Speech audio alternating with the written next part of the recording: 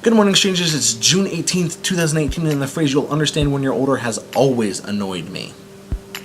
So yeah, the phrase never seemed like it was helpful or even true. Because, well, back when I was a kid, I thought that everyone was just being mean based on my age. But as I've grown older, I realized how true that statement is. I didn't know about how my selfish behaviors would actually affect the rest of my life. I wasn't focused on anything other than the present, so the future really didn't bear anything on my mind.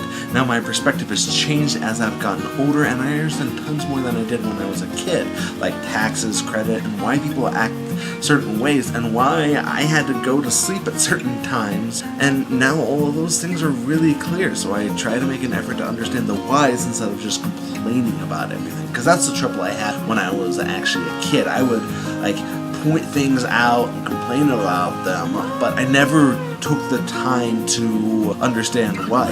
Even in my teenage years, I only questioned things to complain. I never really cared about why it's important or what I can contribute to make it better. Yes, there are plenty of people who understood things like this at a much younger age, but I don't think people really mean physical age when they say older.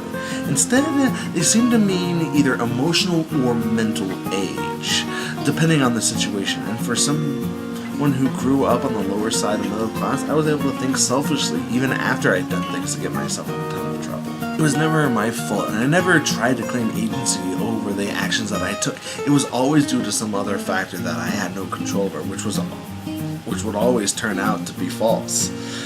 And it's always been my fault, and I've always been the one who deserves the blame. Now, I have agency over myself, and I can look back at my mistakes. Back then, I didn't care, and I think it's important that people understand that. When you're mentally young, you don't care, and that mental age is not always going to line up with your physical age. Mine didn't. I tried to stay as mentally young as possible up until I first moved to Utah a little over 5 years ago.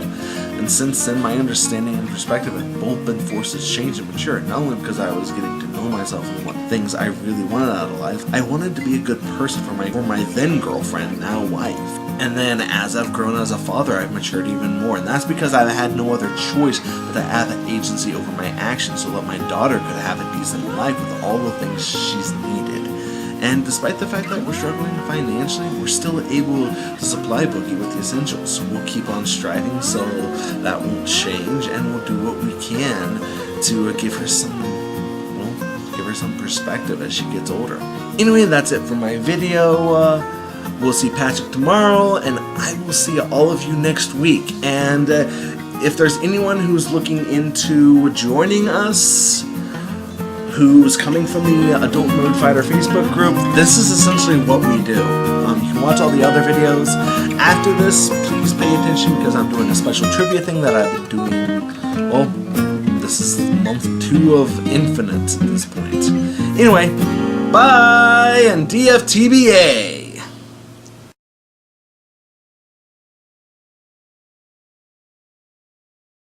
And it is once again time for another monthly installment of Brain Freeze, the trivia show that is more trivia than show. And this week we have coffee, and I'm not going to be doing any editing on this segment of the video. So, coffee was originally used all the way back to the 10th century, or possibly earlier, with rumors and legends all around it. Ethiopia was the first country many people think of when they think of coffee, and for good reason. It's well known as the undomesticated origin of coffee. From there we have Yemen, specifically the Sufi monasteries of Yemen, which are where the earliest substantiated evidence of coffee drinking took place back in the 15th century. Darn those monks and their amazing coffee! Many coffee lovers will tell you that Yemen is pretty well known for their great tasting coffee. Now, by the 16th century, coffee had reached much of Africa and Western Asia, as well as the Middle East, eventually making it to the rest of the world by the 18th century. And like many great things in the world, coffee does have a dark side. Now, I'm pretty sure Dark Helmet had his coffee dark, or at least he should have, since not only is the debate over how much cream and sugar kind of pointless, it ruins coffee! Anyway, like many great things in this world, we need to be moving on. Coffee has 9 factors that will actually influence its flavor. There's the terroir, or essentially what kind of land was used in the effects of the natural world that were put onto the coffee. Cultivation, plain and simple, what all the farmer did, and some other things that happen, such as irrigation and such, as well as what they use to keep pests and fungi off the coffee.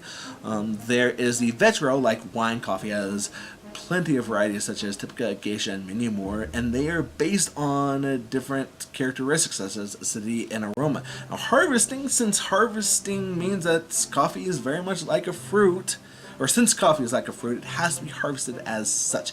You're not going to eat a banana before it's ripe, and you can tell when a coffee is ripe by its color. If you want a sweet tasting coffee, get it when it's completely ripe. Now, how a coffee is processed is one of the biggest factors. You can completely wash the coffee bean, or you can have it dried in the fruit, or you can even use honey. Now, also, drying the bean is also pretty important, since if you're too fast, it makes coffee wooden, and if you're too slow, it's pretty musty. If you've ever opened a can of coffee to realize it doesn't taste right, then you've come into number 7, how long it's been stored, because if it's been stored too long or incorrectly, it'll go stale. And that's typically about 10 to 14 months, so keep that in mind. And then the next factor is roasting. Roasting can be a huge factor. If you roast it too short or too long, that will actually ruin the flavor that you may be wanting. That light has more caffeine, it also has more of the coffee flavor, and dark is a little bit more burnt in flavor. The last thing is brewing and everything that factors into that. So the grind, the water, like temperature and acidity of the water, the exposure of coffee, and the pressure such as espresso and mocha, and the type of exposure such as drip, French press, and whether or not you use the filter. Just a hint, always use a filter. Now, whether you're enjoying it at home, drinking it at work, or you use it throughout the day, or whether you're using it at a social event or drinking it at a social event, I hope you can now enjoy your coffee experience just a bit more thanks to today's brain freeze. Ha! I have won yet again.